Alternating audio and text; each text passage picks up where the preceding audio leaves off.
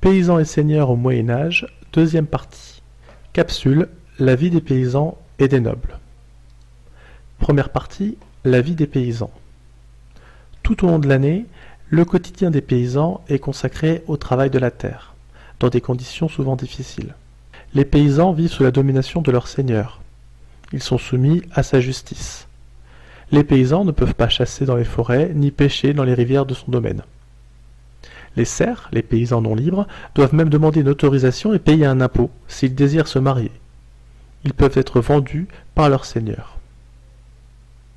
La vie des paysans dépend très souvent des conditions climatiques. Un temps trop sec ou trop humide peut compromettre les récoltes et entraîner des famines meurtrières, comme c'est le cas en 1033, en Bourgogne. Un témoin direct raconte. Par la suite, la faim commença à sévir sur toute la terre, menaçant de mort l'ensemble du genre humain.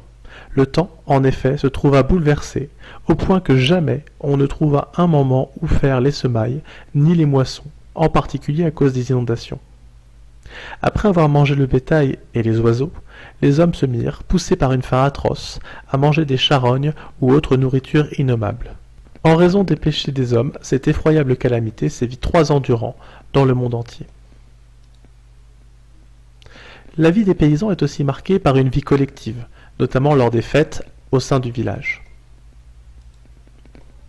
Deuxième partie, la vie des seigneurs.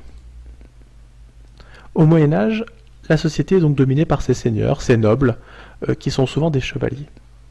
Avant de décrire leur mode de vie, il est important de décrire l'entrée en chevalerie. Dans la société médiévale, la chevalerie est une catégorie sociale qui est formée par les guerriers qui combattent à cheval.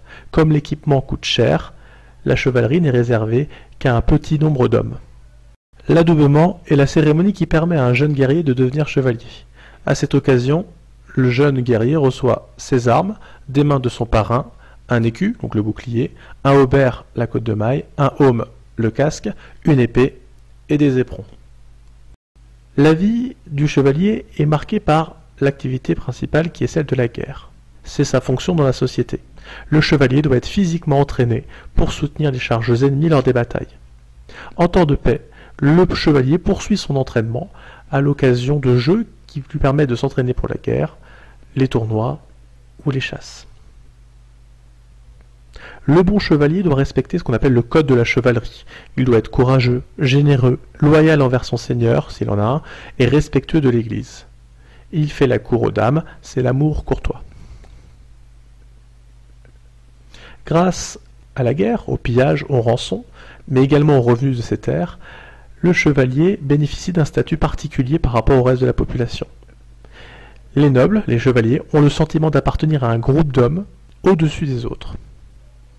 Les chevaliers sont aussi des héros de romans qui racontent leurs exploits.